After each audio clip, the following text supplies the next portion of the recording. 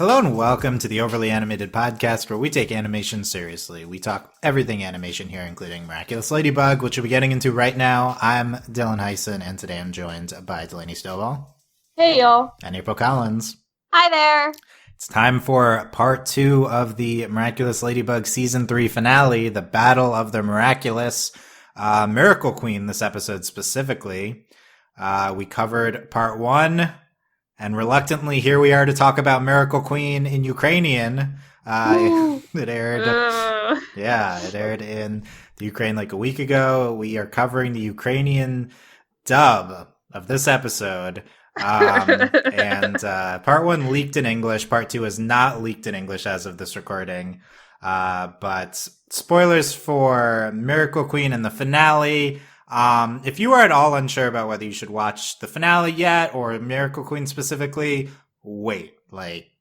Just wait. It's not worth it yet. We're covering it, I guess, just because I don't foresee it releasing in the next month. And I feel like the purpose of this podcast is to, have discussion for the latest episode people watch, and people are watching this. So I feel like we kind of needed to do this, but it is with hesitation that we're ending up talking about it. Don't be a... Yeah, so just wait. Just pause and come back. It'll be fine. The podcast will be here when you come back. So yeah, it'll be We're fun. not going anywhere. Yeah, we're not. We'll be in your phone right there. Yep. Yes. Just wait. Yeah. We're overlyanimated.com. Find us there and search for us on your favorite podcast app by searching Overly Animated Miraculous Ladybug, or find us on YouTube at youtube.com/overlyanimated. I kind of already gave this disclaimer, but the Ukrainian subs that are out were probably not great. I also just the Ukrainian dub in general, I found less than ideal. But in general, you should either watch in the native language of the thing or in the dubbed into your language, not in dubbed into a different language with subtitles into your language. So don't do it. This is not good expo. So big disclaimer for all of our commentary is we did not appreciate the full extent of the episode here. I think the subs are good enough, and I think we got most things, but I do think there might be some thematic things lost here. I'm going to leave the door open for us doing a follow-up discussion, I think, on Miracle Queen once the English or French comes out. I would be okay with that. Yeah. We're going to be looking for podcasts, I think, in the off season anyway. So, if it's particularly different, then we'll come back to this. So, big disclaimer, if we end up we might criticize something that might end up not being kind of the case. I hope that doesn't happen, but yeah, so I apologize if that happens. But yeah, again, spoilers for Miracle Queen and all of season 3 of Miraculous Ladybug, even though we don't have 2 episodes yet. Delaney, what did you think of this finale? Okay, so I'm kind of on the fence about it because, one, watching the episode sucked. Because, it's Ukrainian. The other, I think it's hard not to let your expectations, Yeah. So, I'm trying to be remember, it's Ladybug. But, I was disappointed watching the episode. Because, we talk and we get hype, and then we're and the show just teases you, and then it's JK, we're not doing anything. So, yep. But I do think this episode did deliver on a lot of things in season 3. So I thought, I think it did its job. I do think, the framing overall of both episodes works really well once we find out that she's reading a letter. That's cool. Yes. And we got what we wanted. Marinette is now the guardian of the Miraculous, so that's awesome. And I don't know. There's other stuff in the episode that's not bad, but it's not good necessarily. I'm not sure how I feel about the romance stuff. Yeah. Because it again, you're watching it in Ukrainian, and I think it'd be a little bit better if we to actually get the English dub or watch it in French. But I don't know. I think part 1 was structured better and flow. It didn't feel constrained in 22 minutes. This episode felt like it couldn't handle itself in 22 minutes. It was it needed more time, and there was just a lot going on.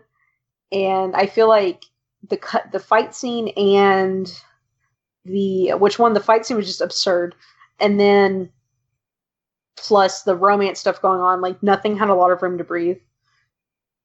So, I mean, because we're dealing with a lot. Like, we got Miracle Queen, Hawkmoth's up on a roof, like, maniacally laughing at them. And then, and then there's a Senti monster trying to murder Master Fu. Like, there's a lot going on. Like, a lot. So, but, so I guess I'm just kind of on the fence. I'm not sure if I can say if I like it or not yet. Because, like, it was just like, wow. And I'm not happy about the romance thing, obviously, because boo. Yeah. Okay. Boo.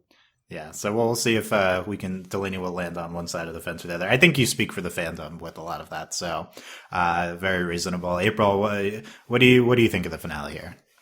So there's not this is the finale, right? Yeah. Like this is okay, because I felt like there might have been a third episode, right? No third episode.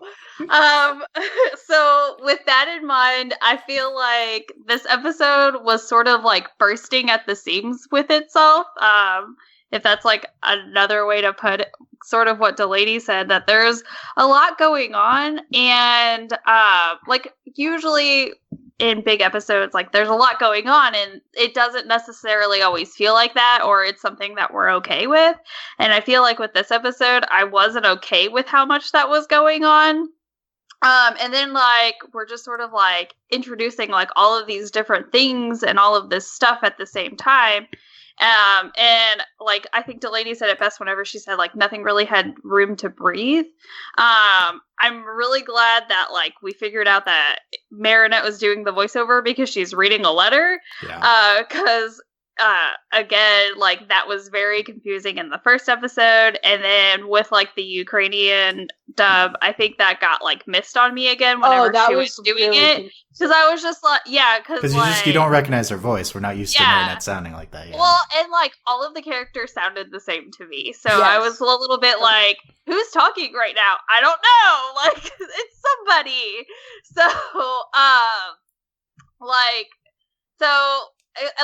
I had to watch this episode like multiple times, and when I say how many are we talking? I had to watch it 5 times. 5 times! 5 Bam! I had to watch it 5 times. April, I only watched it 3 times, so you good job. I thought about watching it a second time, but I couldn't bring myself to do it. Because this is a good summary of each of our. To be fair, I watched this episode like when I got up this morning at noon. So, like the first time I watched it, I was like, okay, I was very distracted by like everything, and then I was like, okay, I need to watch it again. And then the second time I watched it again, I felt very distracted by like everything, and so I was like, okay, I'm gonna watch it a third time. And then like the third time, I was like, okay, I think I understand what's going on. And then I was like, but I'm gonna watch it again just to make sure. Yeah, I definitely got new things the third time watching it, so I feel like I could watch it a 4th and 5th time and probably still get stuff. Yeah, well, and that was like my thing too, is that I was very much afraid because again, it was in like the Ukrainian like dub, and so like I was just very afraid that I was like missing things. And I think that like there was probably a really good like thematic like things that were taking place that because like I was in sort of like unfamiliar territory with like the voice actors didn't really I think it kind of ruined the episode for me, honestly. Well, there's not a lot of emotion. Yeah, and I think that's like part of the point too, because like when I was thinking about it, I was like, oh, I can see myself really being like fired up about this part, but because like everything just was delivered very flatly, I was like not feeling it. Like even like at the end, like all of this, like everything, like I felt like I could have been way more hype about this episode if like everything would have been great. Like so we'll see when we have a better version. If like I really want to watch it like not in a Ukrainian dub situation. Well, and also like I mean it's great that we had subs, then.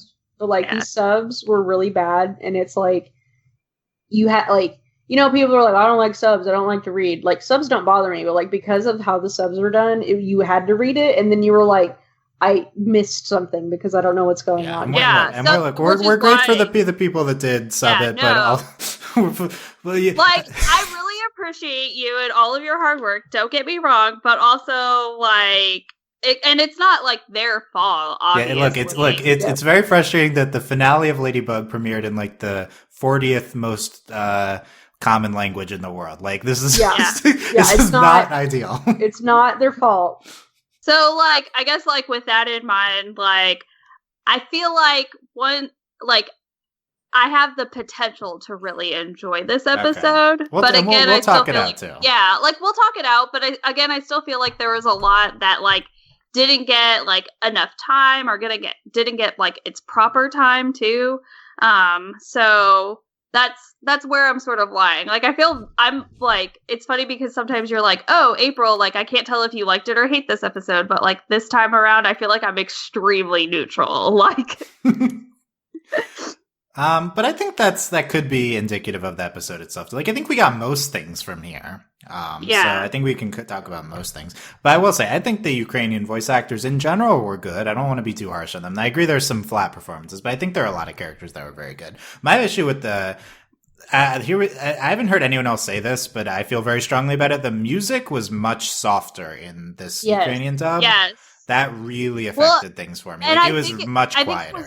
I think it was like a sound mixing issue. Honestly. Yeah, it wasn't like I checked multiple sources of the episode. It was just the way it aired. It was like the way they mixed the dub. Like, that was bad.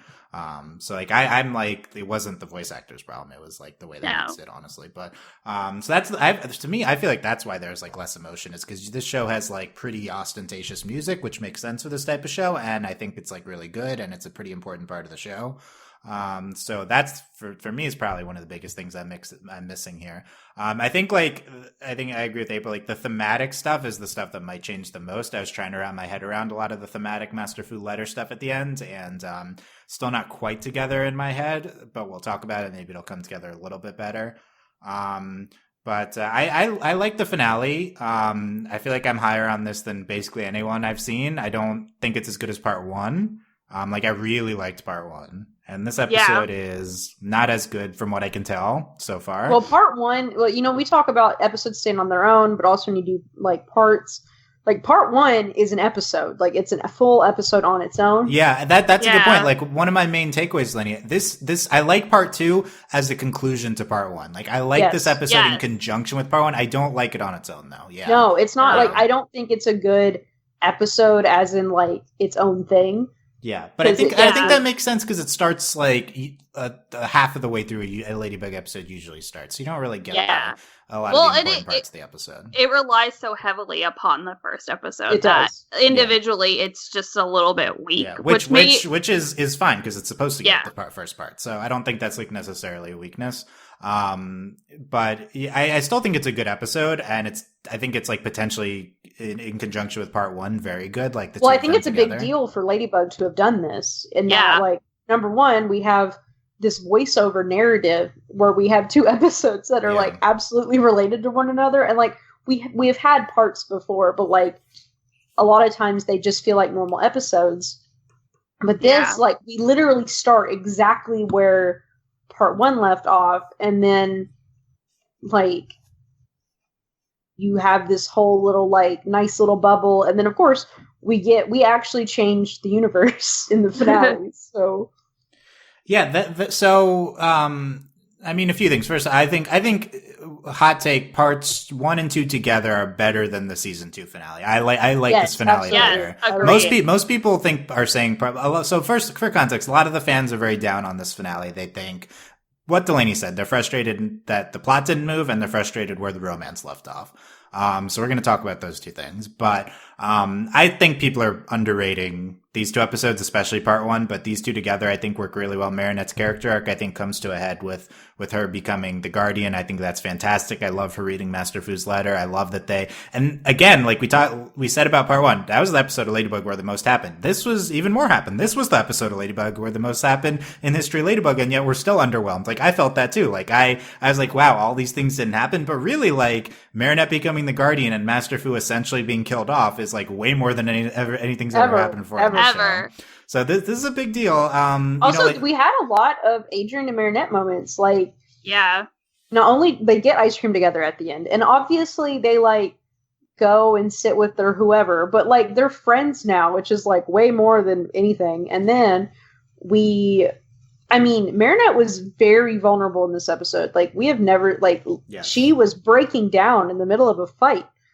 and which is like, I mean, no one blames her, like, but like Kat was there for her, and they hugged, and it was adorable, and like these are some incredible character moments in this episode. Yeah, that was one of my biggest thematic takeaways. Was we end part 1 with Marinette being super vulnerable and turning to Luca. Part 2 starts and she says, okay, I'm not gonna bare my soul completely to Luca, and then kind of opens up with Kat. So that's like a big, despite the fact that the finale does end with in real life, you know, Marinette and Luca kind of being paired up, Adrian Kagami kind of being paired up. Marinette in the time of her most turmoil does turn to Kat and has like this pretty deep moment with him. And then they hold hands and they're like, you can't separate us. Yeah. That's a big part of the finale is them together, and Fu is really emphasizing that. So I do think there's some really strong thematic stuff here with Marinette and Adrian. I do think it's hard to react to this episode without having a little bit of disappointment of like, there's kind of like 5 main areas where the plot's going, and this finale is big of one of the 5, right? Like Marinette becomes the guardian Master Fuga. Like that's like, it like really climaxes that part, but there's a lot of elements of the plot that are not touched upon by this finale. I mean, it's kind of shocking that Lila does not appear in either episode. Like at all. Right, which makes me wonder with the other 2 episodes are missing out of this season, which, granted, Ladybug, I mean, it drops the ball. Like, it does not, like, Ladybug, I don't think knows exactly what it's doing, but I wouldn't be shocked, like, that this could be, let's say we don't see Lila again for our last 2 episodes, and then we go into season 4, and I could see Chloe and Lila being, like, Hawkmoth's team. Yeah. Like, we could just be setting Chloe up. Yeah, we'll Granted, see. if Lila never appears, I will not be upset. Yeah, this is Delaney's favorite finale ever, right? No Lila. Yeah, thank God. Lila. I hate her so much. Yeah, I mean, I know. I definitely think Ladybug knows what it's doing in a long-term sense. It just chose not to manifest it here, which is frustrating to a lot of people. So, well, I think a lot of it is because they can't seem to get to get rid of the very episodic, you know, we have a villain. They're very limited by not being serialized. By this format. Yeah. And a lot of people are saying they can never do, I've heard some talk, we can never do these big things until we have a more serialized plot. And I kind of disagree with that. I think like we could have done stuff in this finale. We're just choosing to go slower. Like you can do stuff at the beginning and ends of seasons. Yeah. Well, I mean, we've done it. Like from season 1 to now, we have done things. We've moved. Yeah, we could. We're just choosing to stay in this format, and that is kind of we talked, you know, last podcast about, are we gonna do stuff here? Are we gonna maybe put it off until halfway through season 4? But like, I'm legitimately concerned that big plot points aren't happening until the end of season 5. Right. And I'm. Like, I think that's a lot of fans' worry, and that would be my main worry too. I mean, what they're doing is great. Like, I mean, we're still missing 2 episodes, but if you want to look at season 3 of Ladybug, I think this is the best season of the show. Absolutely. Oh yeah, this for is sure. This is a really strong year for Ladybug. Well, it's not just serialization. Like, honestly, yes, we want the plot movement. There are big things, Hawkmoth. Like, there are a lot of big overarching things. But, like, what's really made, I think, season 3 different is the character moments we've been having. Like, this season has really focused on the relationships among our characters, and that's really the strength of the show, is these kids hanging out with each other. And I think that's really why season 3 is so much better than the previous seasons, is because we have, like, it's been episodic. We've had our villain, you know, our monster of the day, but we've been doing it, like, some of our fights don't last very long. Like, you know, it's kind of like the villain happens. Like, we had one episode where the villain didn't even appear until, like, halfway through the episode, which never happens. And then, so that, you know, we're really focused. We're basically just doing Monster of the Week around our characters, like, hanging out and having, like, middle school problems, which I think is really, it's good. And I mean, it's like what Gravity Falls did. And I think even if we never actually serialize, which at this point I'm not sure it's going to happen, but I mean, we can still move things, and I mean, we just killed the Guardian, so like he gone. Yeah, I mean it is big like that. I agree. This season has been much better for like character and thematic work than necessarily I kind of always it's a frequent talking point I have in these podcasts is I liked the IRL stuff and the hero stuff, of the episode I could give or take. That's kind of like a frequent thing this season, but just the individual episodes were very good there. There's a few maybe weaker ones with they had some of those sequels, which we didn't love as much, but definitely liked it better than season 2. We haven't seen the complete thing, but I don't think it's like a lot better. But I don't know, like I just think like this show is really, really strong, even though it's not giving us what we want, and yet we still want it to do different things. I think like at this point we've really pushed it. Like at the end of season 2 we're like, okay, let's move. Then it's like, okay, we're doing, we're taking it to like a 52 episode season. Maybe we'll do big things at the end of season 3. Not really. The biggest thing is Hawkmoth hasn't made his wish yet. That's the thing I'm concerned isn't going to happen until the end of season 5. And I'm not sure if it's going to sustain 52 more episodes with this. Right. Yeah. So, well, especially with, let's say we get into season 4. Okay, so Marinette has the Miraculous box. Mm-hmm. And theoretically, we have Hawkmoth, Mayura, Queen Bee, and Lila. Like, we're not just, like, the playing field isn't even. Like, what's going on? Like, we have to do something, and we're going to have to, we can't keep doing this. You have to give me the Miraculous back so you're done. Yeah. Like, we don't have time for that. Yeah, you think permanent Miraculouses are coming. Yeah, let's talk about the state of the plot now, because a lot of big things have happened, and what are the consequences of these? So Marinette's the Guardian. Like, this is kind of the biggest thing, which we don't really know how this is going to work yet. Well, the other concerning thing, too, is that, like it was nice because Master Fu had, like, a sort of a guidebook, but Marinette doesn't have that. Right, so they took his tablet. They probably took unless that was a subsection of a larger one, I think. But that was something I wasn't sure was. They ransacked his home. But I mean, is Marinette going to be like? Do the other Guardians coming back matter? Is Marinette going to talk to them? Like, that's kind of a big deal if, like, maybe she takes a trip to Tibet to see everyone. Oh, and then of course the Peacock Miraculous is fixed. The Peacock, well, let's go through each of these. So Marinette's the Guardian. I think that's a good call. Like, she's going to be handing them out herself now. Can she just take them back? My big question is, like, is the identity stuff the same with her as Guardian? That's what I was wondering too. Well, now if she gives up being the Guardian, she'll forget being Ladybug. Yeah, I think so. Yeah. But, like, Master Fu knew who Ladybug and Cat were and kind of kept tabs on everything. Does she get to know who Cat is now?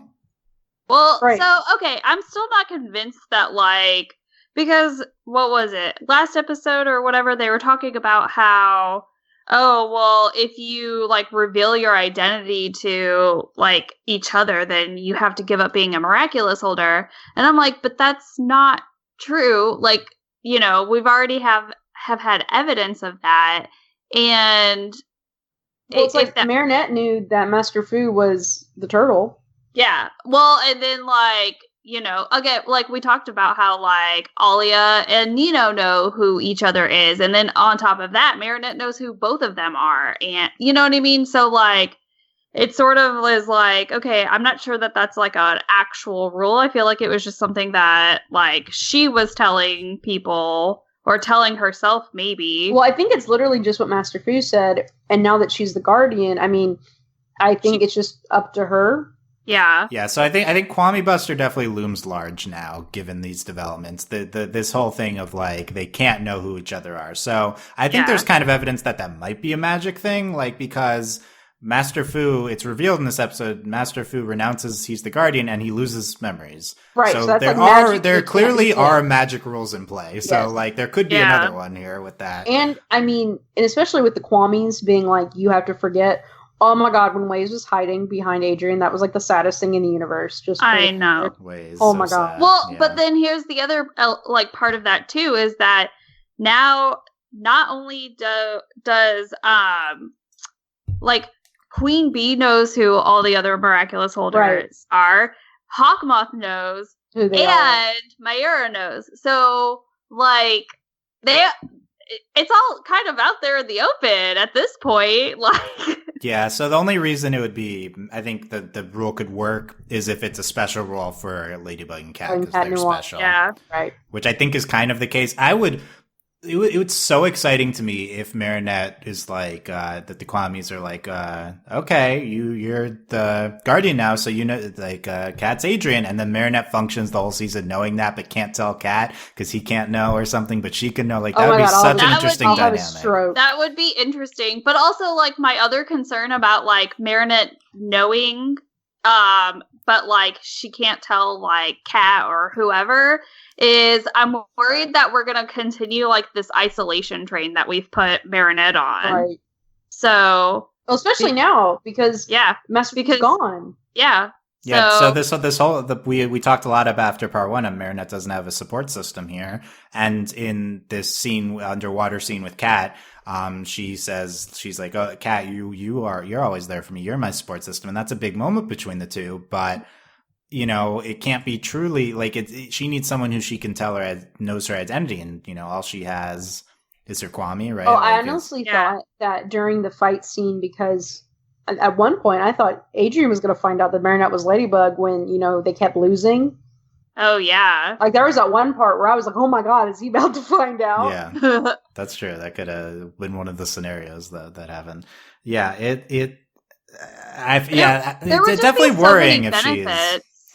Like, it would be so much better for Marinette if I guess like you have to be skeptical that this would happen because it's like not gonna happen because it's this show, but like I mean that's not a real reason, but it also is like it's a very real reason. Like of course Marinette's not gonna find out that Adrian's Cat just because it's Miraculous Ladybug, but like if they could do it. Just why is that a thing? Why do we have to be so pessimistic about any plot progression? Like I think that's what the fans are reacting to. It's like okay, we're just never getting this. You know, that's a frustrating thing to be a fan of, is like something that never is doing anything that you're kind of like anticipating it doing. So I understand where fans are coming from. At the same time, I think, you know, I hate to go back to this again, season 2 premiere, we had the first reveal ever in the show. You know, like we can do things in the beginnings of seasons. Maybe we restructure season 4. It's different. There's I think we talked in season 2 about there's arcs now, and you know, not really. There didn't end up being arcs. Maybe there's going to be arcs in season 4. Maybe there could be like a mid-season finale reveal. So I think there's room for things to happen here. And I think Ladybug has earned, as frustrating as this might be to people to accept, I do think the show has earned our trust because it's been very good the past 2 seasons. And it has really just continues to get better. It keeps getting better. It's executed on characters and themes really well. And like there is this mythology that we're learning about. Like there is a plan. Like there is a lot going on behind the scenes in the show, and we have like we're always pushing for more. But this, like, I mean, it had been cemented, I think, honestly, for me, like halfway through this season. Like, we really are committing to these plots and these characters, and like things are changing. I mean, the fact that we went from Marinette being obsessed with Adrian to them actually being friends was honestly, that was enough for me, was that we were actually going somewhere. Yeah, it's true. We are moving places in subtle ways. It's not these big leaps, but we have been moving. In terms of the Marinette and Adrian thing, I think the frustrating thing might be the end of season 2 ended with this scene of this big romantic scene between Marinette and Adrian, and it's like, oh, are they gonna be like real friends? They're gonna start dating? You know, like it's like we kind of had progression and we've stalled a little bit in terms of, but still in the overall scheme of things, that certainly has moved. So the show is moving, and I do think it's been like, it is frustrating from a fan perspective, but I do think we should be more patient with it. My big thing, I think it's impressive given what the show is. Like, given that we are in this episodic nature where everything resets at the end, which it's not only like a boundary in that this like the show that they've developed, but also the mythology in the show. And I mean, I think it's honestly impressive that we are where we are. I'm not trying to give them like too much credit, but like, I mean, I honestly wasn't like I watched season 1 and I was like, oh, we love this show. This is great. I mean, we're never going anywhere, but it was great. And we've gotten somewhere, and that's impressive. They've done more with the episodic non-serialized format than we ever thought they could. Absolutely. Yeah, way more. Oh, yeah, for sure. So in that regard, we're like worried they'll run out of room, but maybe they won't. Maybe they'll find new things to do with it. So, but they slowly like give us things too, which I think is like part of like what keeps the show going and keeps like us as fans coming back. Like, for instance, the combining of the Miraculouses, like that's something that's like introduced to us not in like the beginning of the season, but not like at the very end of the season either. So we're getting things, just not like in the places that we're necessarily used to getting them either. Because like, I feel like most shows follow, like if they're going to give you something, they give it to you at the beginning or the end of a season, and then that carries over. But like we get things like in the middle of the season. And granted, like we get episodes out of order, so episodes can get it can get confusing, but like we're still getting stuff. Yeah, the consequence of the non-serialized is they introduce, the Kwame unifying in Miraculous unifying in like the middle of the season. They can't do it again until the end of the season when you assume you've seen everything. But now that's in play, and now we can build on that more next season. So like they have ways of doing serialization. It's just non-traditional. Anyway, though, my overall thought on like where we're at with Ladybug right now is if this is like the end of season 3 of 10 seasons, I think like this is a great place to be. Like I think like we have so much runway.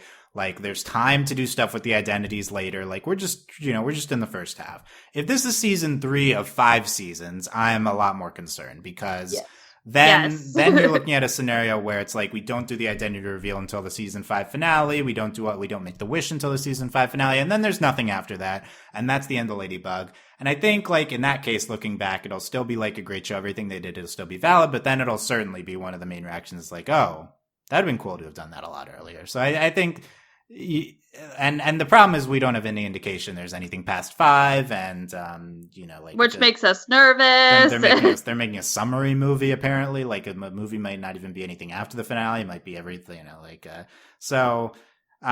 worried, but obviously still on board. Like you got to be still on board. I think people are reacting a little bit strongly right now.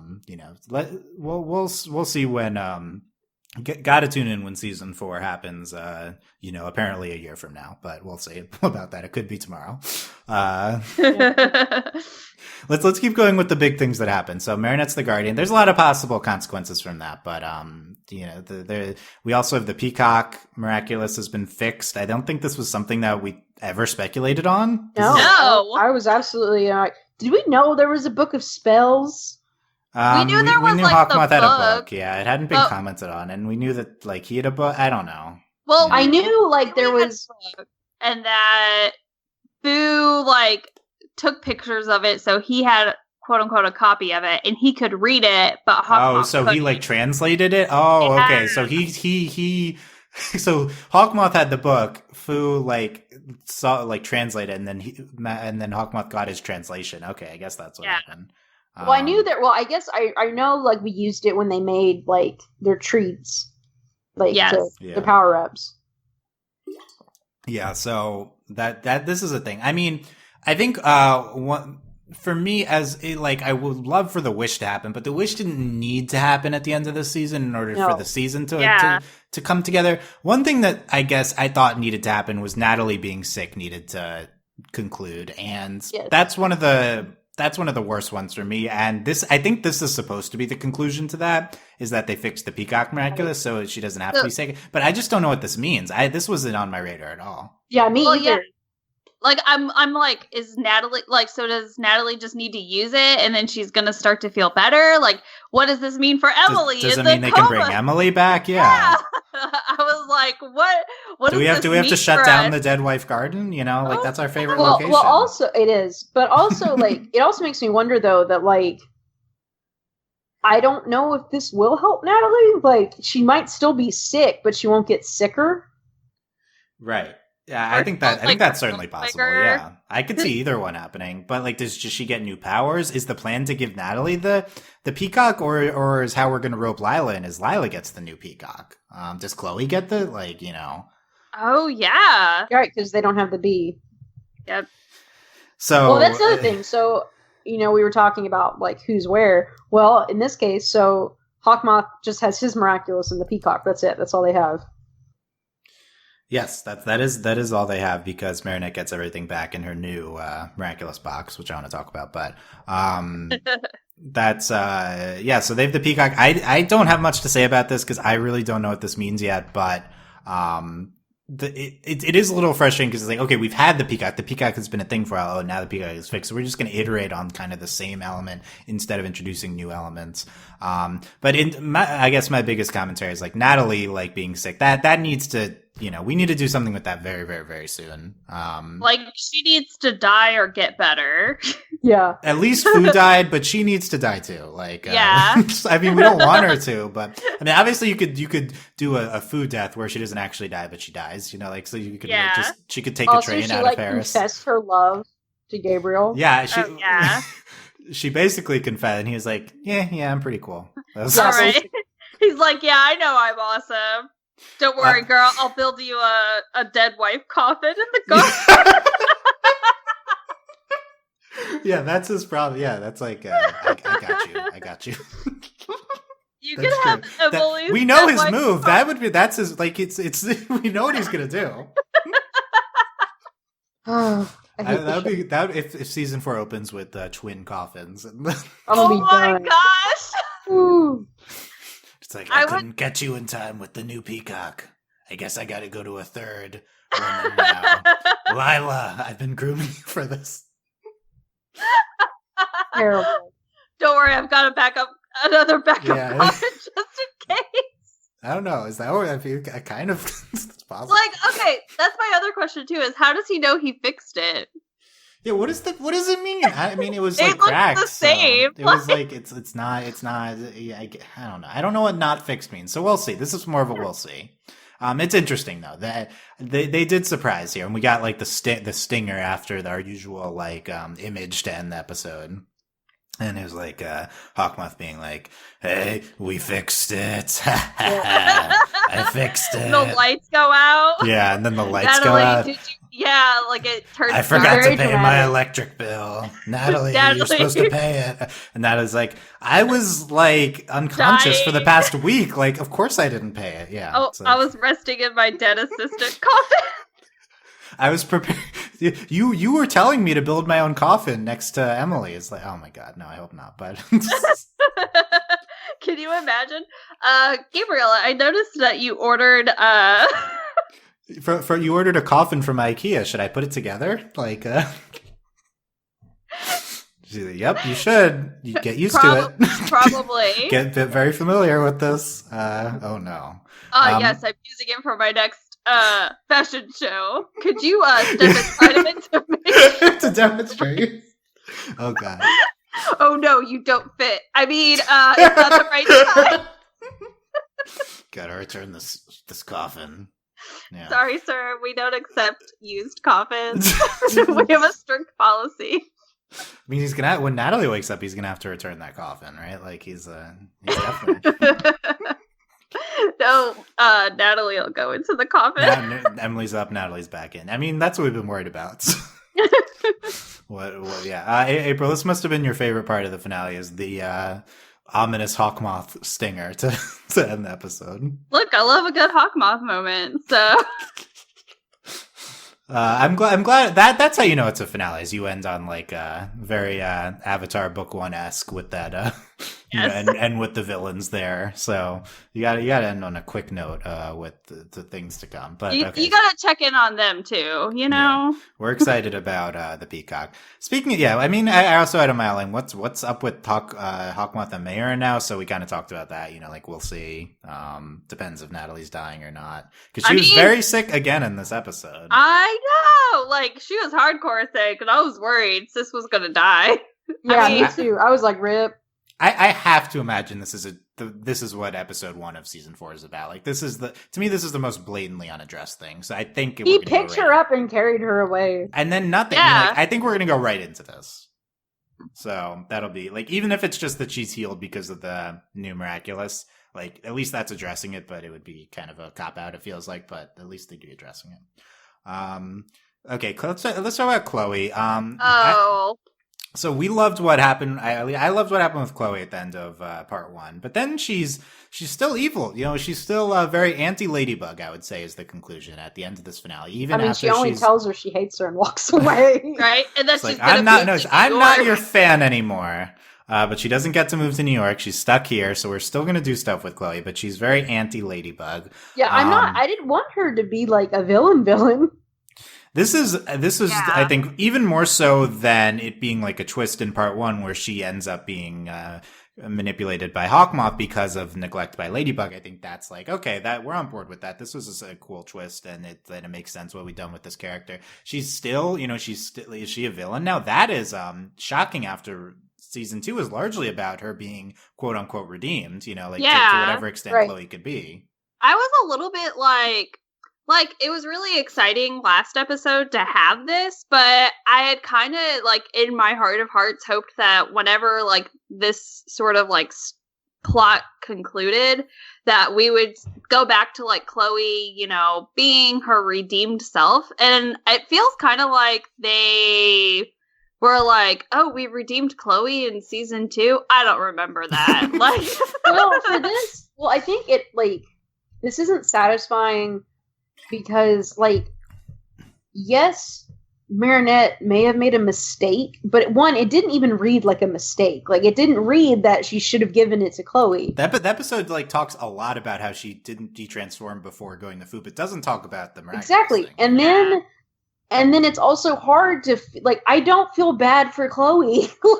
Even if Marinette's been neglecting her, she's still her selfishness that is it's still her fault that is leading her to. Yeah, and that's the thing that I think that's why this isn't satisfying, and it just feels so I was just hoping that Chloe would figure out that she it's not your Miraculous. You're not she gave it to you because she needed your help, and you can't get over the fact that you can't be her all the time. Well, and the other thing, too, is that, again, and I know that I mentioned this last time, but it really, really annoys me, the fact that, Ladybug had the talk with Chloe and said, this is why I can't give you the Miraculous anymore. And Chloe was like, yes, I understand, and, gave it back to her. And so, that for me was, the Chloe sort of redemption moment is for her to accept that, this is what's in the best interest of kind of everyone, and really, kind of putting, I guess, others above herself. And so then for her to be like, why don't you ever come to get me? And it's why. It's literally oh, we had that conversation with Chloe. No, you dreamed that kind of thing. It's just being ignored because it was such a big moment for me and for my relationship with Chloe, at least. It's very important. Yeah, all of our relationships with Chloe are very. I agree. That was a big moment. I think this episode attempts to talk about that. The biggest parts being Chloe talking to the hornet stung versions of all the other heroes. Mm-hmm. She's like, why you? Really? You? All of these people, not me? So it's just constantly seeing these... comment about glasses? All your, I needed glasses. No, not really. Yeah. So it's just she must have just seen all these people continue to get Miraculouses, and then... the straw that broke the camel's back is Kagami, this other person who she doesn't like, who also is in the same position. She gets her Miraculous back. I can see where she's coming from in that regard. Yeah. It's she could have accepted it if it's okay, only Cat and Ladybug can fight. But no, all these other people get it. And then Kagami, who also isn't supposed to get it, gets it. So I think the episode tries to comment on that. It's unsatisfying if Chloe is a villain now. I'm okay. I like Chloe being anti-Ladybug, and I think there's a distinction there because Chloe's character arc, she's this huge Ladybug stan. She cosplays as Ladybug. Like she just loves Ladybug, and she like starts to see that, you know, there's more nuance to what goes on with Ladybug and stuff. It's not, I mean, Ladybug is great, but, you know, no one's infallible, and she kind of like gets her innocence, childhood perception of Ladybug broken. And now she's like, you know what?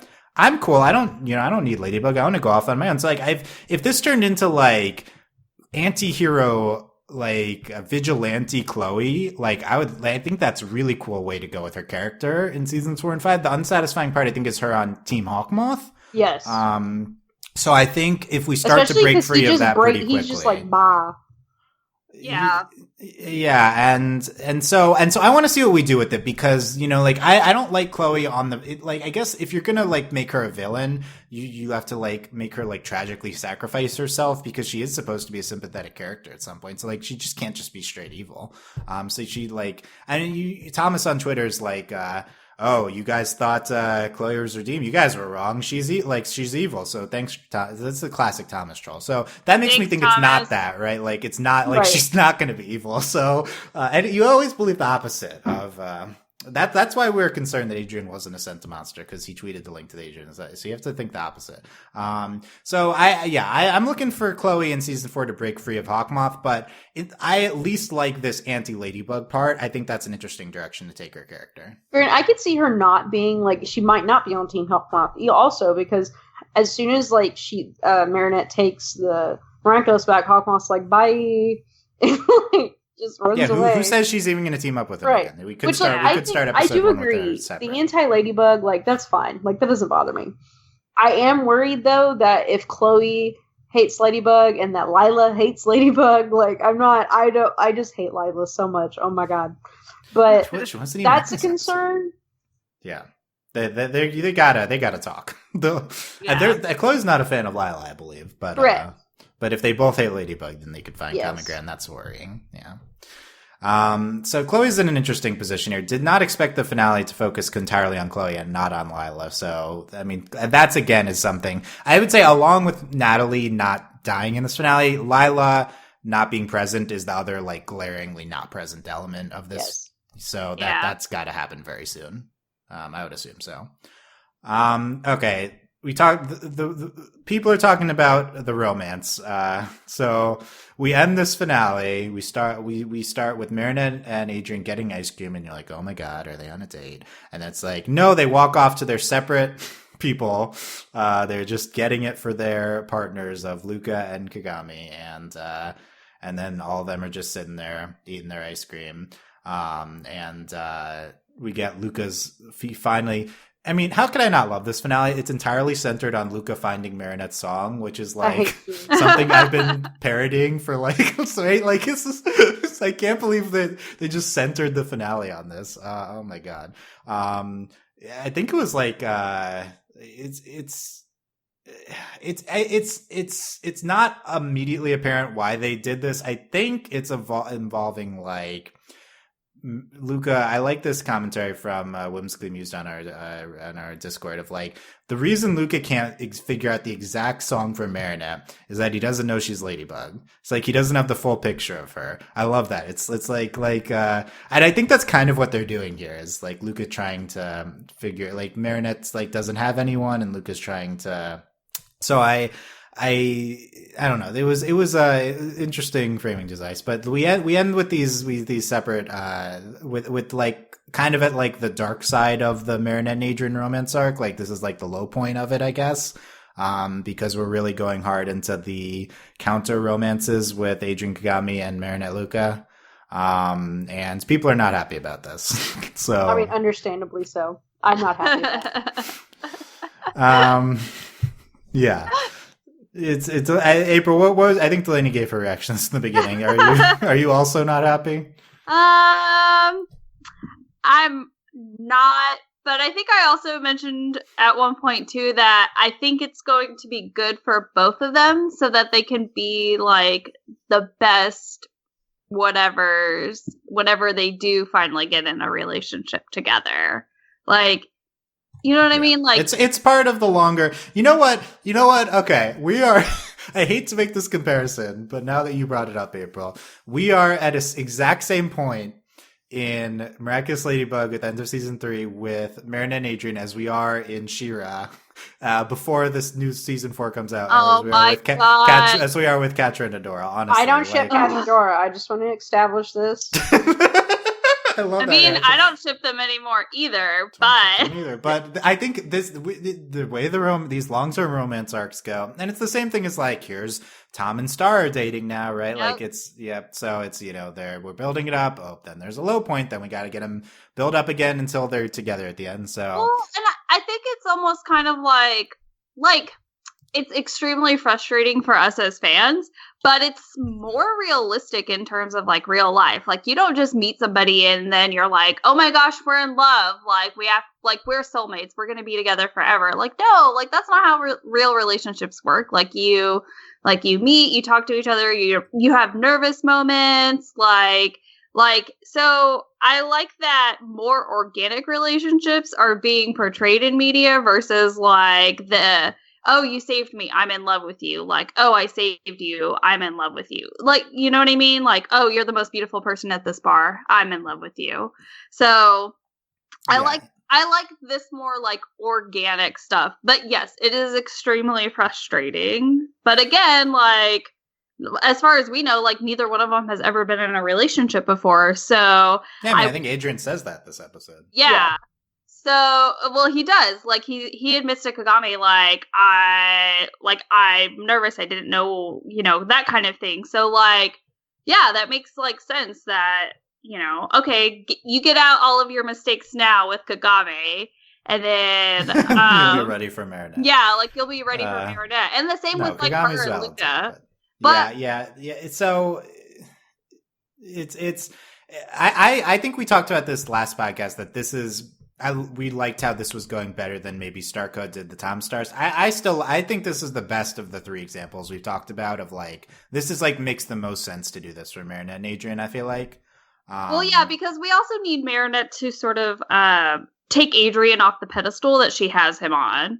Like, we're still working towards that, yeah. Yeah, so I think in order for them to truly have like the best relationship that they could have, like, one, Adrian needs to figure out how to be a human. To like, and he's a sense monster. maybe he'll be a human eventually. Maybe that's the wish. And so like, but like also like Adrian's been very like secluded all of his life, so he's not really good in terms of like human interaction and interpersonal like communication and everything like that, which we've seen. Him and Kagami are gonna have a time. They really are. Between both of them, like, oh man. Is that the most awkward couple ever, right? I can't, honestly, I can't wait for the awkwardness. It's going to be so good. Where's our Adrian Kagami date episode that just infuriates all the fans? Bring it. No, we're going to get, like, the double date episode again. Oh, God. Yeah, yeah, we're getting it. Because, like, I just, like, foresee it where Adrian's going to be like, oh my gosh, like, me and Kagami are going on this date, but... it would make us both more comfortable if you were there, Marinette. No. I imagine Adrian just invites Marinette on a date, not understanding that it's a date, and Kagami's like, why are you so dumb? Oh, yeah. Get ready for a lot of that in season 4, because this isn't stopping soon. That this is, like, the best, like, out of, like, and granted, with Star and with She-Ra, I don't think it's really, like, what is okay about this, like, versus, like, live action like TV shows. In my head, I'm thinking about Bones, is where you have like you have the obvious couple, and then you make one of them date like this person that you just hate, and they're like mean to the other person, and it's like, why are you making me suffer like this? So I think like they're not doing like, it's not like these are bad representations of relationships or that they're going to be unhealthy or anything. So like I'm fine with it. And like honestly, like Tom Star was okay for the most part. Like it was just really bad at the beginning because Tom was like not a good person. Yeah. But I think they're like I think this will be fine. It doesn't make me happy, and I just don't like Luca. But it's not like Luca's a bad character. I just don't like everything about him, which isn't his fault. How dare. Yeah, I don't think really this like is... Kagami as a character. Oh yeah. Yeah, we'll talk about that, both of them. We talked about Luca, maybe enough. We'll see. But it's not like a sitcom. Will they? Won't they? Like that's the classic. Like drag them getting them together until the end. I felt that way about Starco. Like it felt like they were dragging it. This feels like they're kids. Like I mean, Starco is kids too, but like I kind of think they're handling it a little more. Something's different in this, and it feels like this is more of the natural route for them to take. Well, they play that game like they did the juxtaposition. They went and got ice cream together, but then they walked away, and like we have the whole cat noir, and honestly, what I'm kind of seeing, like I can imagine this happening, is that while Marinette and Adrian are dating other people, Cat Noir and Ladybug get closer. Yeah. Unless of course Marinette can instantly find out next season that. Oh my god, I'm gonna have a stroke. It's not happening. No, yeah, that's true. We could develop the best outcome. It would be obviously that's how I'd start season 4, but it's not a problem. Where Marinette knows, like, oh my gosh, she would just immediately turn awkward around Cat, right, and it would just a whole season of Marinette just mentally her head exploding, right? Like it'd be amazing. It'd be so good. Okay, that's my pitch, but or she'd be like really nice to Cat, and Cat's like, "What?" I know, like just that whole dynamic would be so interesting. Yeah. Okay. The way the episode plays this though thematically is Master Fu in his letter. So last podcast Delaney talked about, is this going to be the dark finale? And I think despite them winning, the episode plays it like that thematically. Yes, so I think that was a good call. I think like this is like the bad conclusion at the Marinette and Adrian are far apart at the end of this. I mean, not really, they're just not dating yet. Even the like screen cap at the end was them like going their separate ways. Mm-hmm. Yeah, and Luca's song that was playing felt bittersweet, like a little melancholic, and Luca plays the song over the end card of the finale. Well, and I mean, losing Chloe is a tragedy. Losing Chloe is really bad, and losing Master Fu. And so Master Fu is telling Marinette in the letter, not everything is going to go the way you envisioned it, and that's okay. And that's kind of a big theme at the end here. And so that's how Marinette is conceptualizing things when she's sitting down with Luca. This isn't the person who I thought I was going to be with, but that's okay. That's what Master Fu told me. So that's what she has in her head right now, is like, not everything can go how I want it to go. You don't just get to instantly be with the person you have a crush on. Here's this wonderful person with this, very handsome, very good guitar playing, incredible like human being, Luca, right? That I'm attracted to. Right, like, and that's like a great partner for her. So that's what she's thinking. It's kind of like a very realistic way of thinking about things, but I think at the same time, it's like. And it's not the time to draw that conclusion. She hasn't explored things with Adrian. She's letting the hero side of her life influence this personally. She just influenced this kind of tragedy in her in her job. And she's saying like, okay, I should just accept the blessings that I have in my personal life. But she shouldn't. She should pursue you shouldn't just settle for Luca until you're sure you want to be with him. Explore things with Adrian here. And she's letting, that and also like her dejectedness at seeing Adrian and Kagami together in the previous episode, make that conclusion for her. So I feel like Master Fu kind of screwed things up by, telling Marinette that in the letter. So wow, Dylan, he's dead. Well, he's dead. I love that this is the new meme, is dying in the show means taking a train out of Paris. Like, yes. If you're out of Paris, you don't dead. Exist anymore. So that's. Does this mean that we'll see Chloe's mom way more? Yeah. She's not dead. She came back from the dead. Yeah, I guess she's here now. Yeah. That was something I was not anticipating being a thing. Chloe's mom's here. Yeah. Maybe we're going to do something with that. I don't know. I guess she has been in a few things now. I still don't think of her as like this big. I feel like her big contribution to the show is like Chloe like learning utterly ridiculous from her and like yes. Mirroring her. Like that's I don't know. Other than that, I don't know if she does that much, but yeah. So that's kind of thematically what we're doing with the romance here. Like, this is kind of the more bittersweet or darker ending, and Marinette is like thinking not everything's going to go the way she envisioned it. And what's going to get them past that in season 4. I think that'll be interesting to see. Yeah, yeah, gonna be good. I mean, yeah.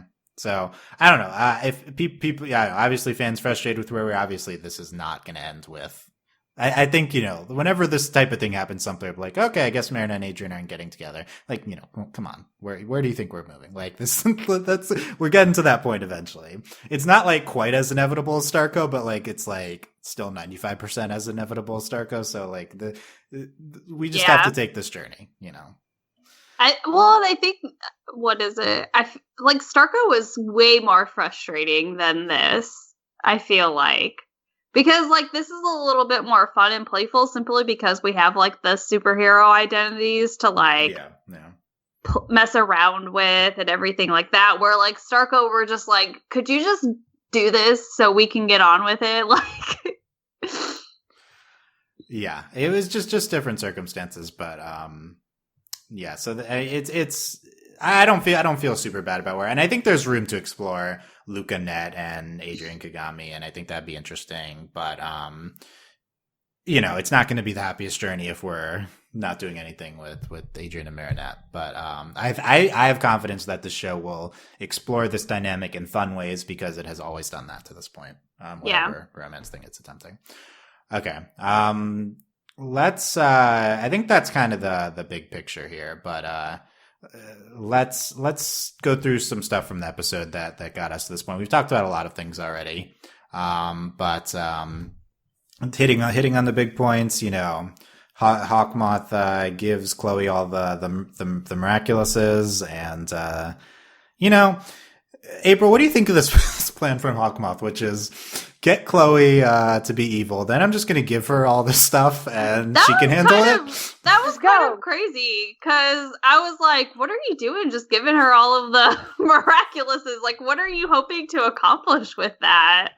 Like, I felt like that part of his plan was so, like, convoluted almost. I'm like, what are you doing? Like, how does this make sense to your end game?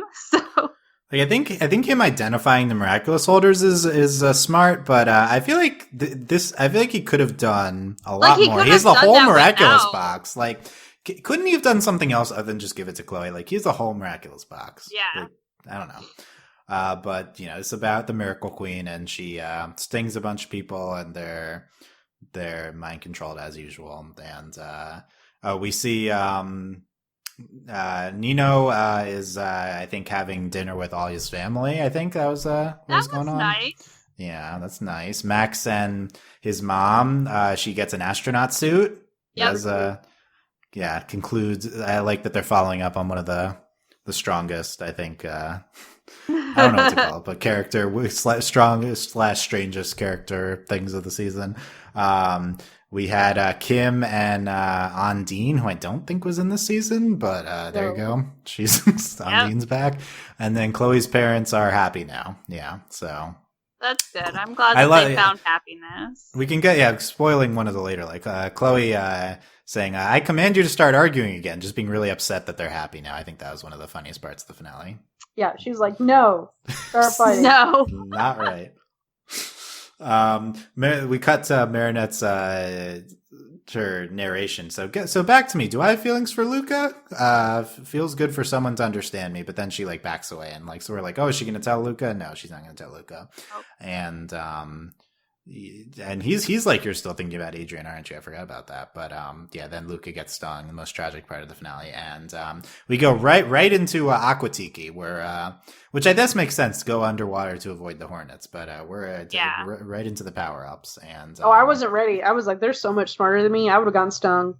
Right, that was a pretty quick reaction. Yeah. I guess you kind of like, if a bee's chasing you at the pool, you'll dive into the pool, right? So right. I mean, yeah, that's like that's like cartoons 101. No, I just splash water at it and run away. I'm like, I'm out of here. Just make it angry. No. Well, so at the pool in my apartment complex, the bees and the hornets will like to like they'll just come get a drink of water.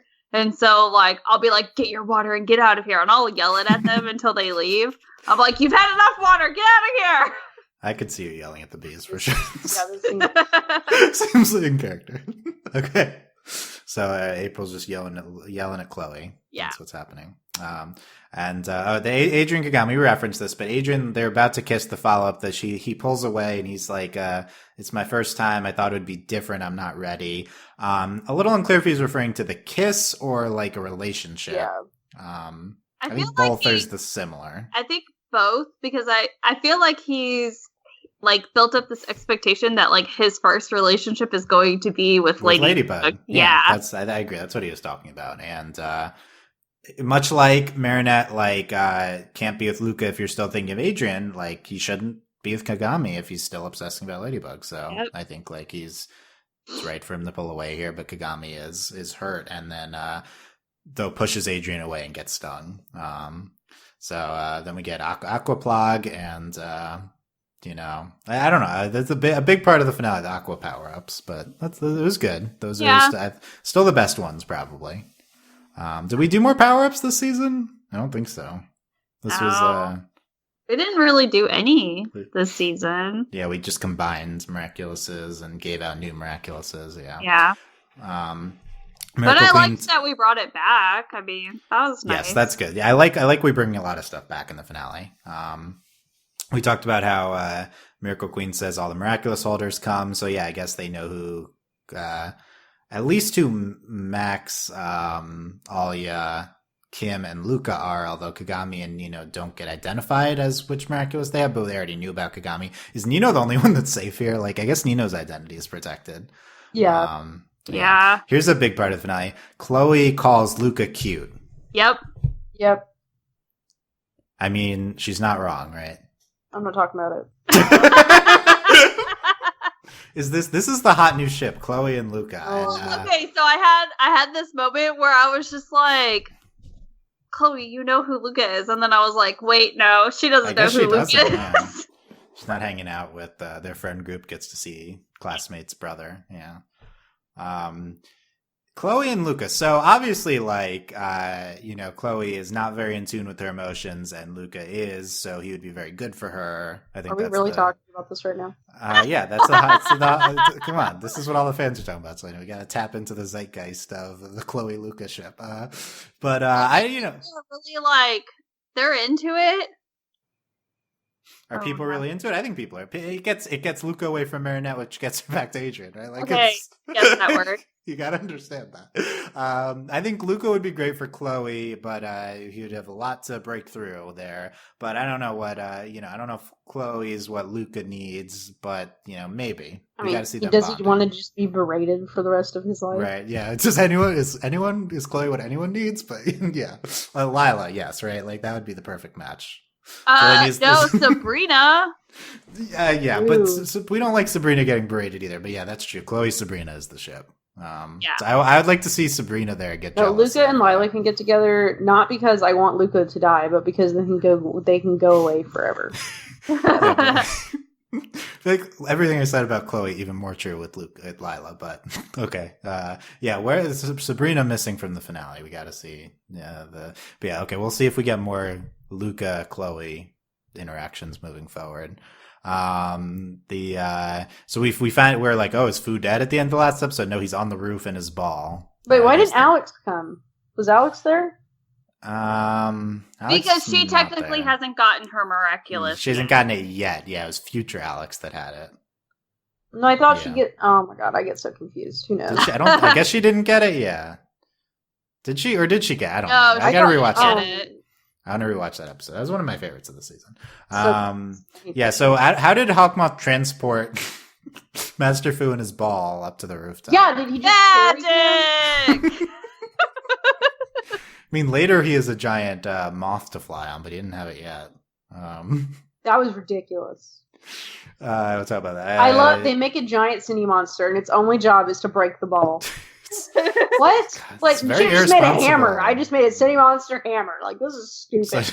Yeah, I think it was the same moth that was in last season finale when we first see the first Cine monster. You only ever get the same.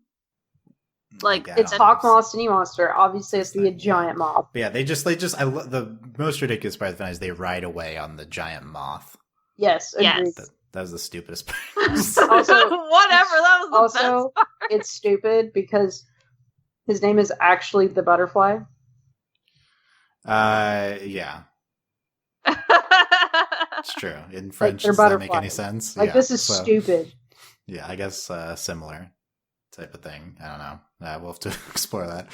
Okay, we get the Lady Noir underwater scene, and they see that Fu is there, and Kat gives her a pep talk, and they have this long hug. Super cute. And yeah, it's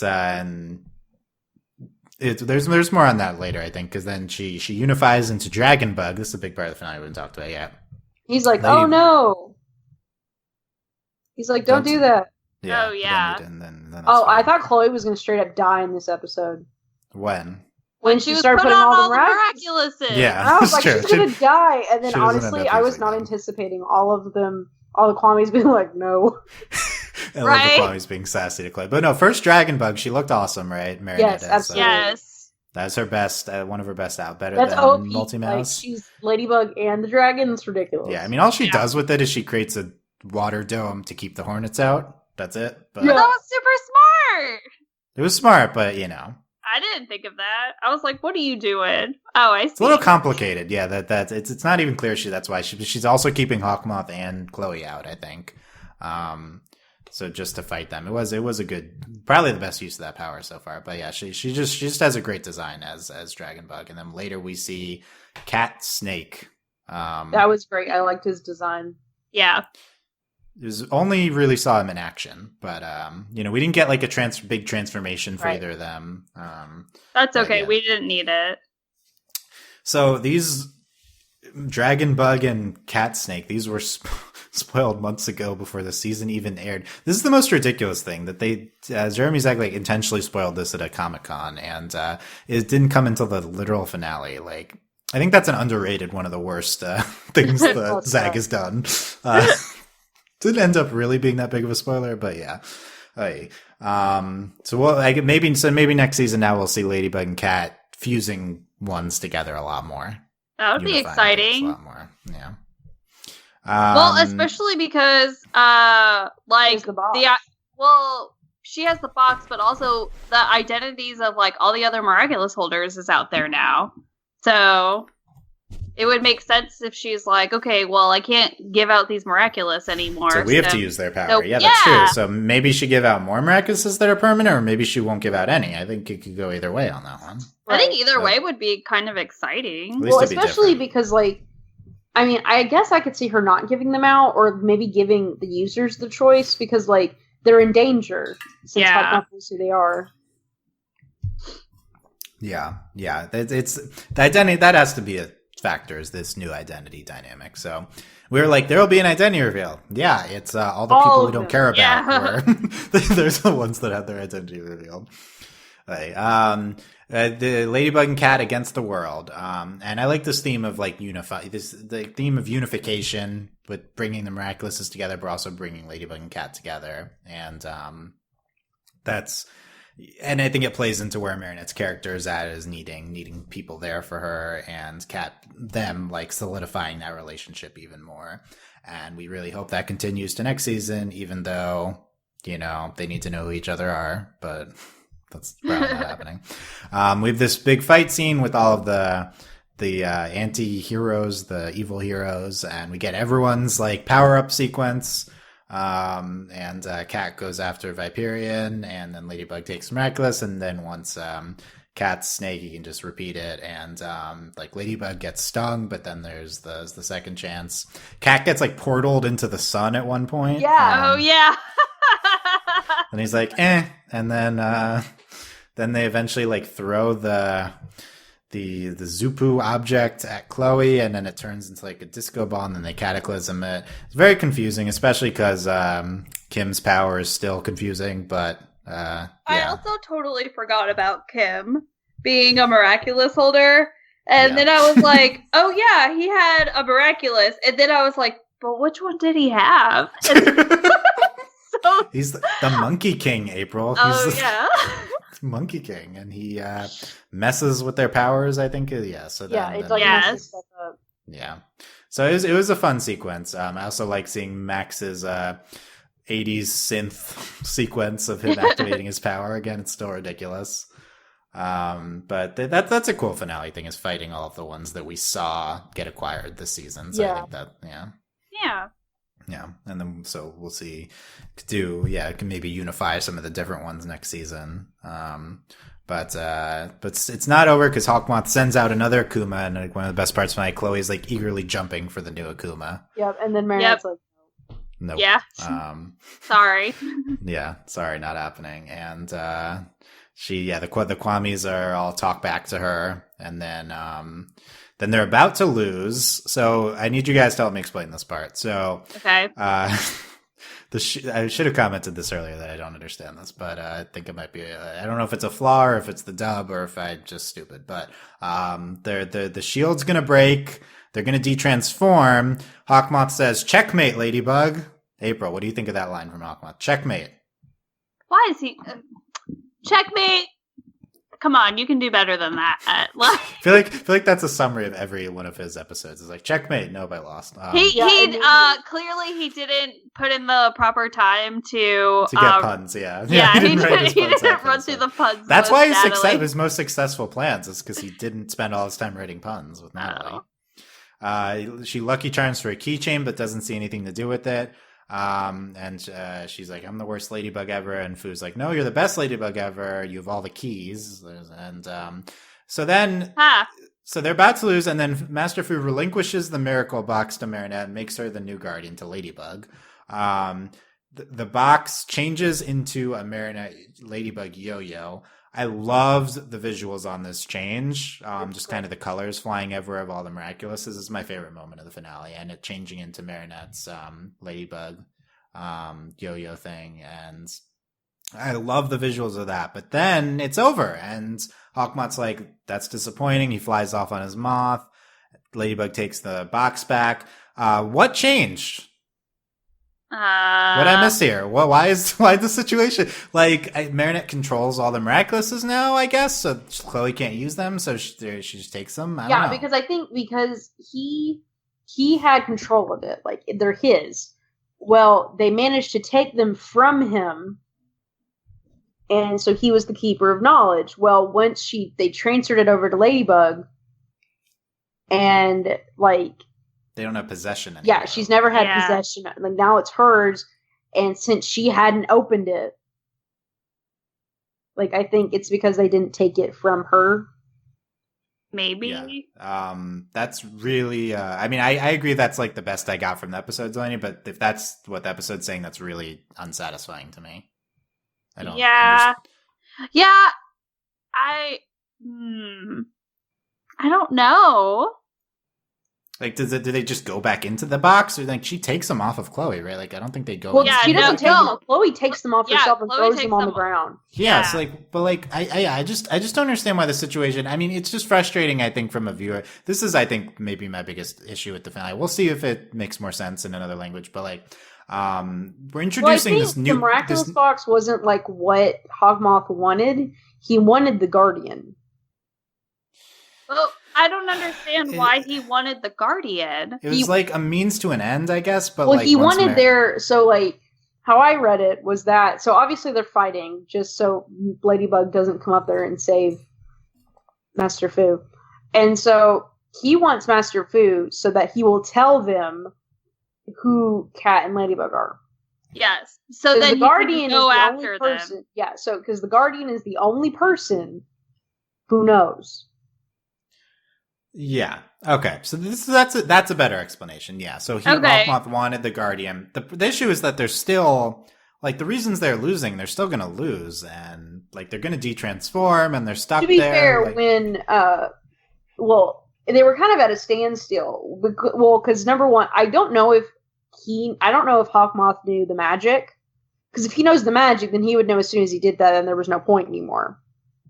Yeah, he was like, no, but just for viewer perspective, this is a new rule that got introduced that you can transfer this, which is frustrating when new mythology elements are just introduced. I think this one was okay because it was like for a big moment. Like I'm more frustrated with other like the Kwame Buster rule stuff that just like kind of shows up in that episode. This one was like for a big finale moment.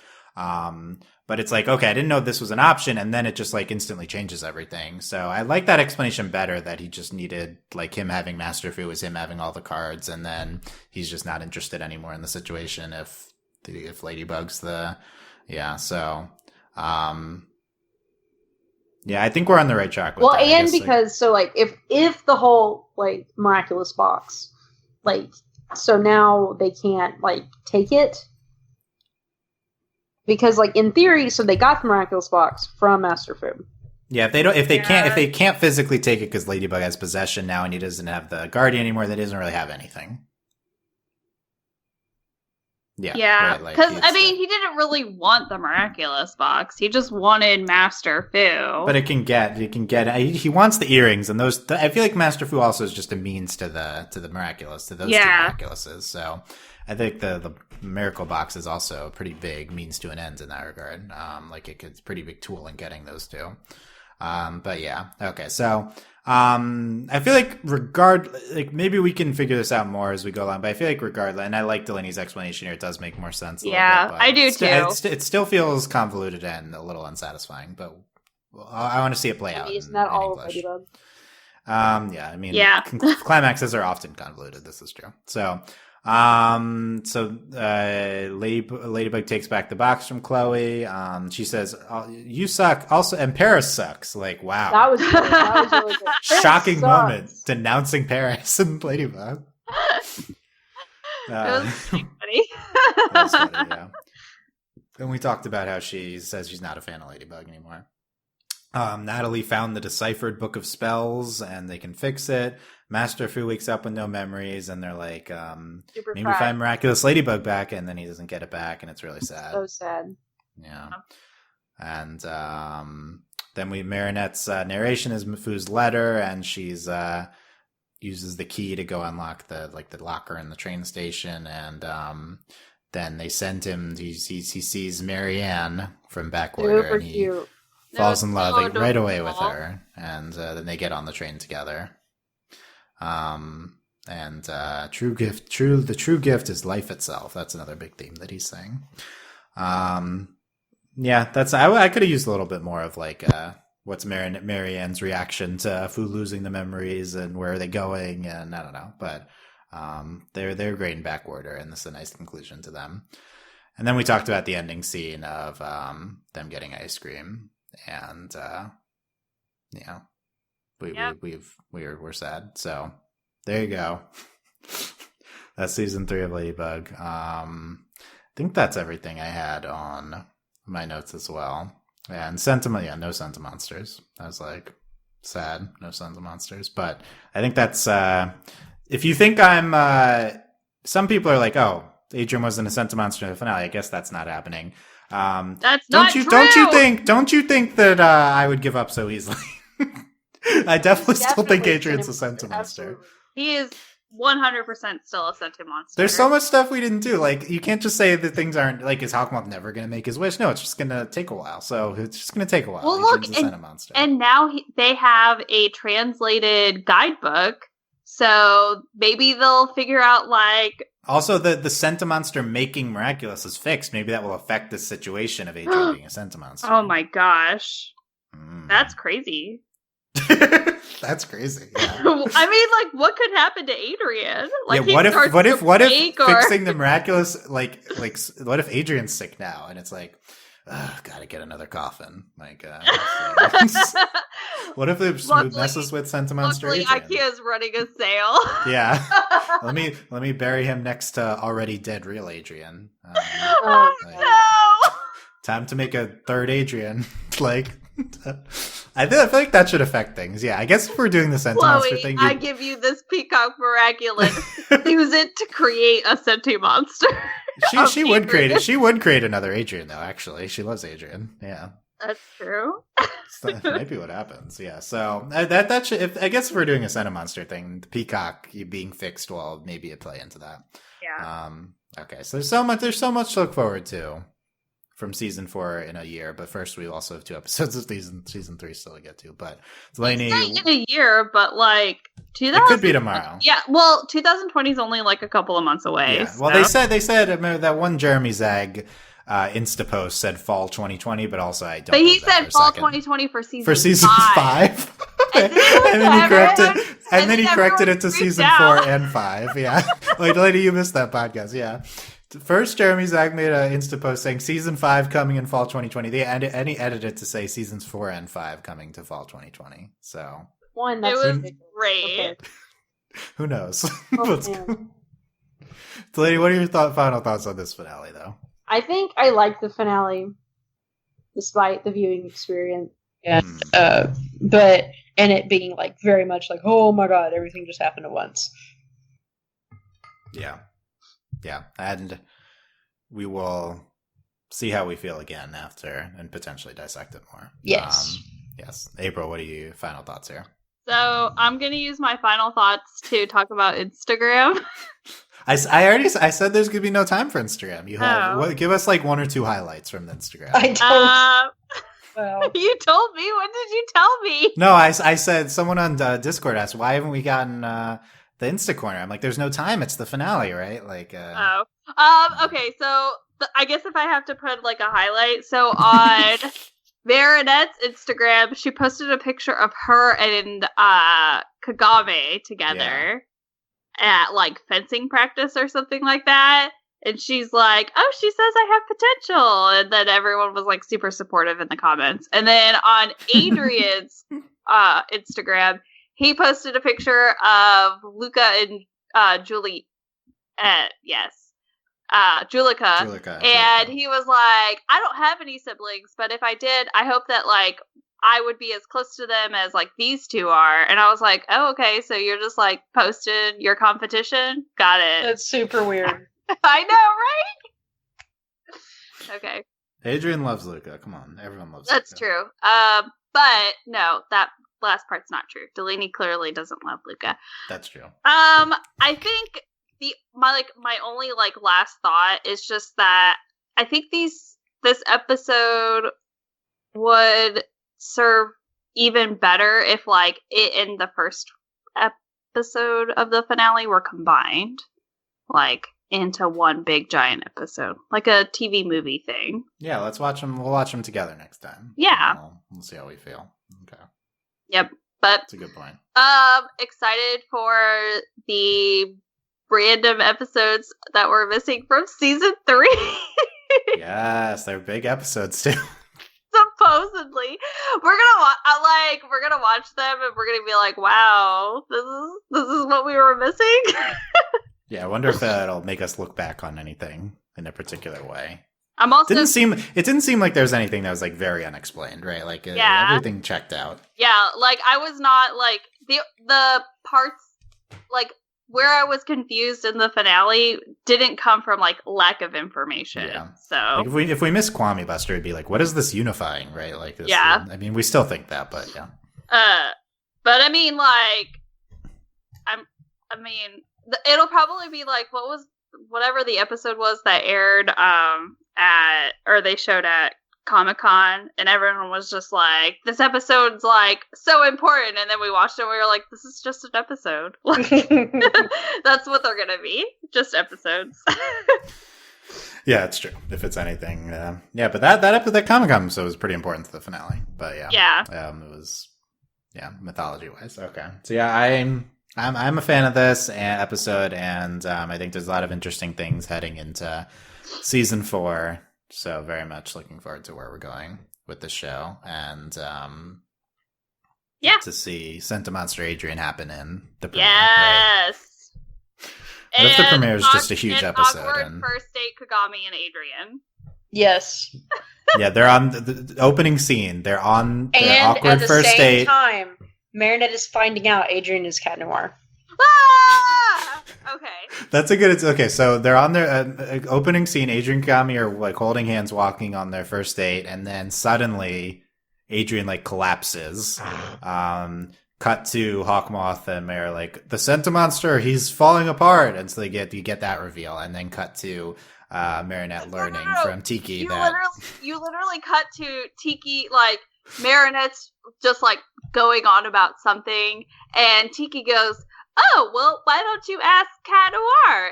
then she's just like, well, I don't know who he is. And she's like, oh, yeah, you're the miraculous holder. You can know who he is now. Like, just Tiki being sassy about it. Like, yes, oh, I didn't tell you? Ugh. Whoops. Yeah, and then she finds out, and then she immediately goes to Adrian, but then he's collapsed on the ground. It's like, no! He's really dead! Dramatic. I love this. Okay, that's and then you cut to Natalie ordering a coffin.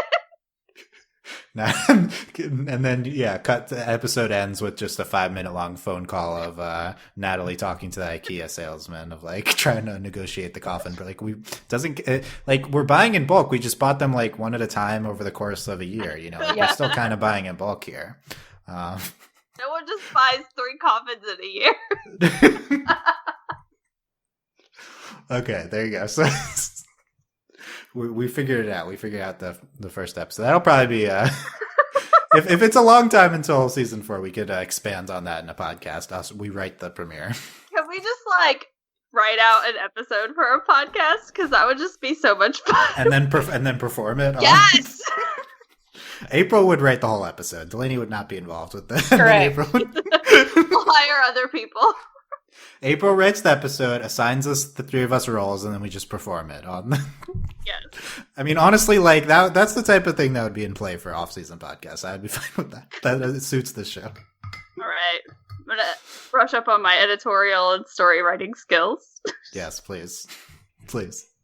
Okay, there you go. That's Miracle Queen. Let us know what you thought of the episode and our discussion, our season 4 speculation, overlyanimated.com, youtube.com/overlyanimated, comments there, or join us on our Discord at overlyanimated.com/Discord. A lot of finale talk on our Discord about Ladybug. Consider supporting us via Patreon at patreon.com/overlyanimated. Thanks to our current patrons, especially our patron of the podcast, Steve, aka Freaking Commenter Steve, and thanks as always to our patron executive producers, Ryan, Steve, Alex, Beatrice, Hugh, Michael, and Needle. Also, if you're a patron, you can contribute to our end-of-year awards coming up, starting to get rolling soonish, where I'll be hoping for some Ladybug stuff. Yes. I think it's worth it this season. I'm going to push for it, for sure. Reigning best main character, Marinette. We'll see if she can be in the running again. And best supporting character, Luca. Should I start that campaign? Best supporting character, Hawkmoth. Hawkmoth was nominated last year, yeah. Probably again, but I don't know. There's a few options. Okay, there you go. So, all that at overlyanimated.com, and we'll be back for whenever the next episode. I don't even know which one's first, but it doesn't matter. We saw the finale. When one of them comes out. One of them airs in some country. We'll be there. Thanks for listening, guys. We'll see you next time. Bye. Bye.